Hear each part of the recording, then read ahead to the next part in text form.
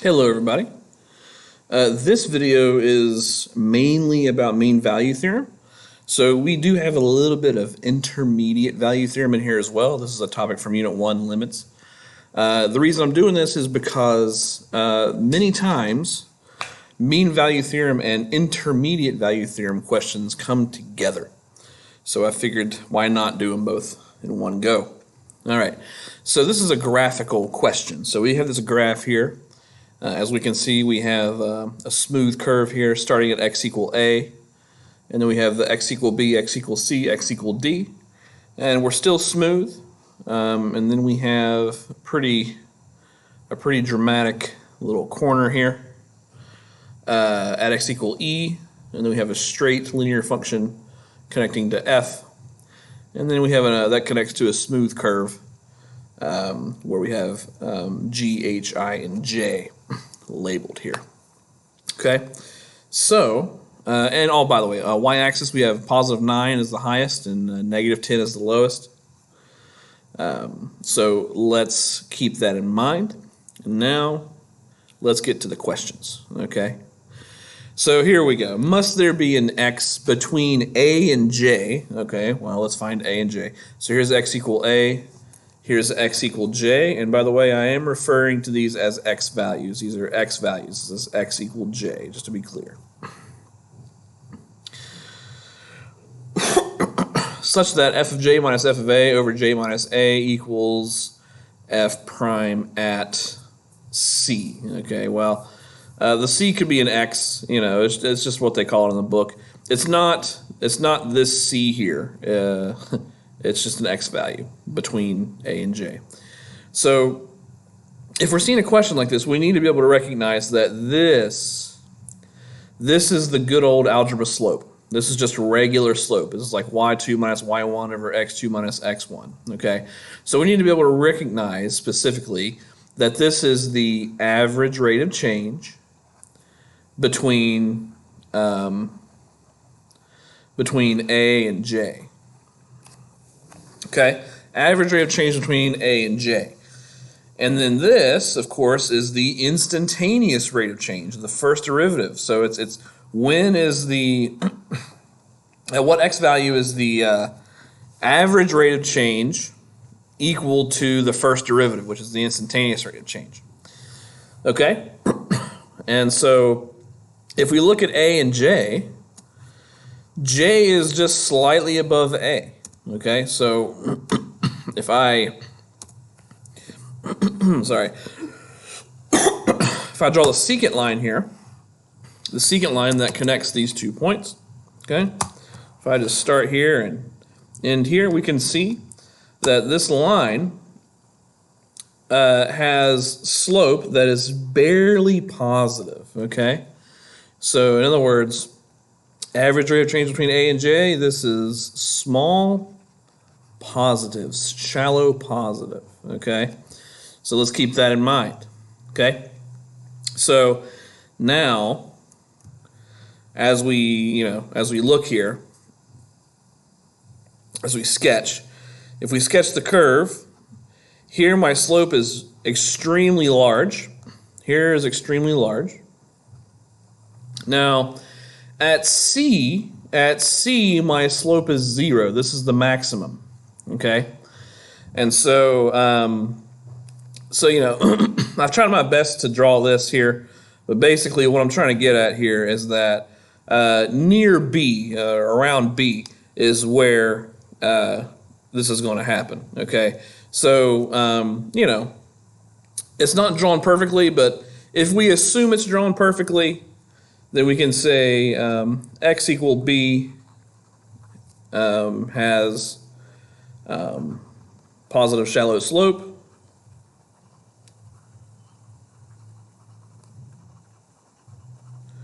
And also this graph is continuous over its domain.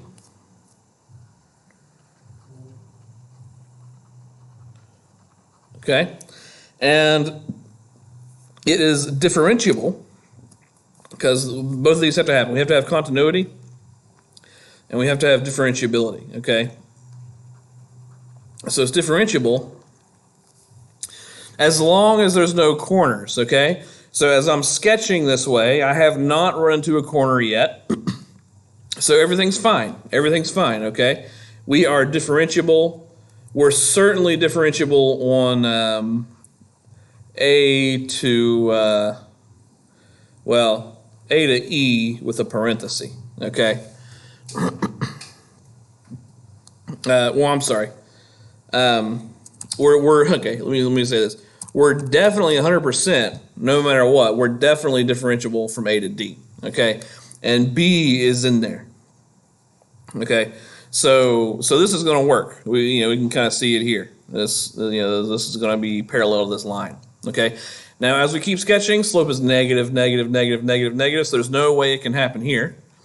And now look here, right here at x equal e, we have a corner. Notice the slope jumps immediately from shallow negative to steep positive, okay? So in other words, here at E, the slope skips the shallow positive, okay? And so we can see that. And so what that means is that f prime at E does not exist, okay? Because we have a corner. We are not differentiable. We are not differentiable at E, okay? Not differentiable at x equal E because we have a corner, okay? And the slope is not continuous. All right, so far it's only happened once, and it's not going to happen again because after F, our slope remains negative. Okay, so it's only going to happen at one point, and that's going to be near x equal B. Okay, good. Not differentiable because of a corner, so mean value theorem doesn't apply. Not going to apply here, not going to apply here. But it will apply anywhere here, it will apply anywhere here, and it will apply in the middle here. Okay? So now, let's do other questions, okay? Must there be an x value between x equals C and x equal E such that f of x equals 5, question mark. F of x equals negative 3, question mark. Okay, well, let's look from C to E. C to E is this portion here, from the maximum down here where the corner is. Okay, so from C to E, my function is continuous, okay? So f is continuous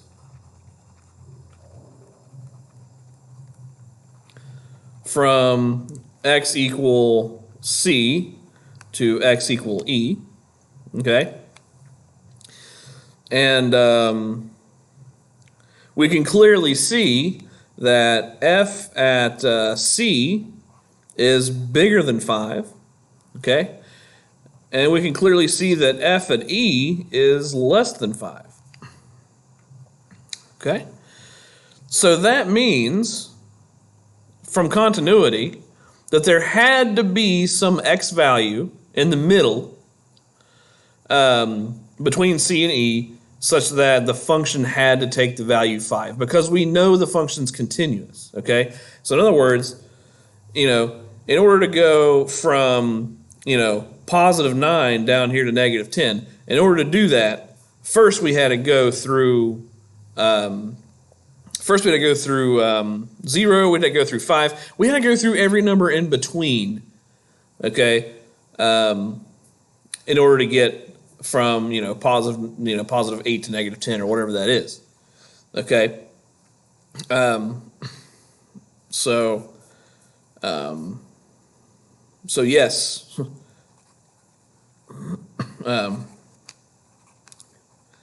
yes, there does exist an x such that f at x equals 5. Okay, because part of the function was bigger than 5, and then it went less than 5, and it's continuous. Okay, so that is by the intermediate value theorem. Okay, so by intermediate value theorem, we're continuous, so there has to be an x that exists between c and e such that f of x is 5. And the same thing applies to -3, okay? Because, we're down here at -10, that's the minimum, okay? And we had to go through -3 to get there. So same reasoning for -3, okay? Next question, does the mean value theorem hold from x equal a to x equal j? Discuss any points where the mean value theorem does not apply. And we've kind of already talked about that, okay?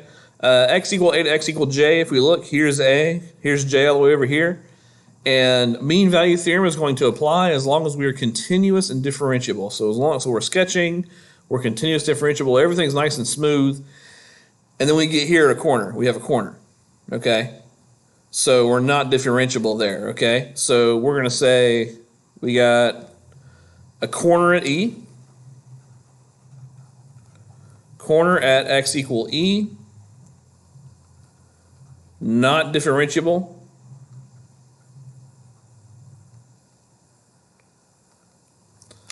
Not differentiable, so MVT does not apply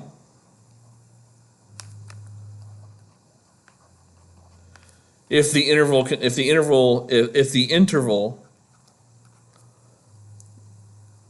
goes through x equal E. Okay? So there's that. And then we also have a corner at x equal f. Okay? Same exact reason. All right? X equal f. Same thing.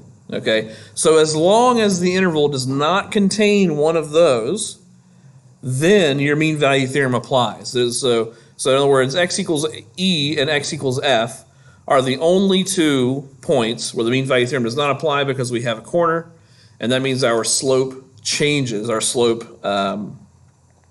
has a gap. Our slope has a jump. Okay? Must there be an x between x equal d and g such that f at g minus f at d over g minus d equals f prime at x? So once again, we need to be able to recognize that this is the average rate of change between g and d, or between d and g.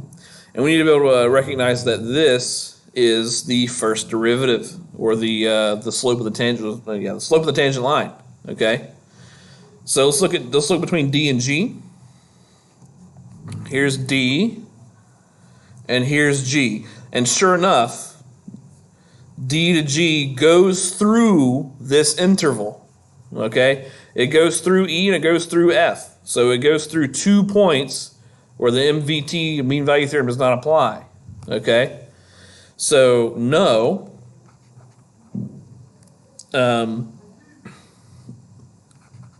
MVT does not apply.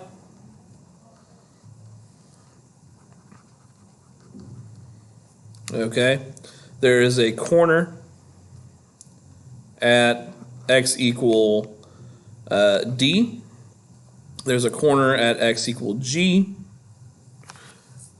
And so we're not differentiable.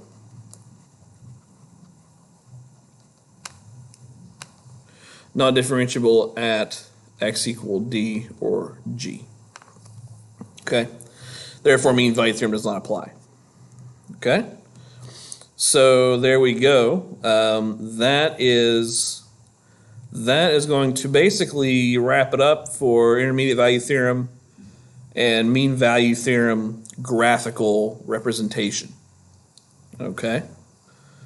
I can't really think of anything else to go with this, so I think we'll just call it here.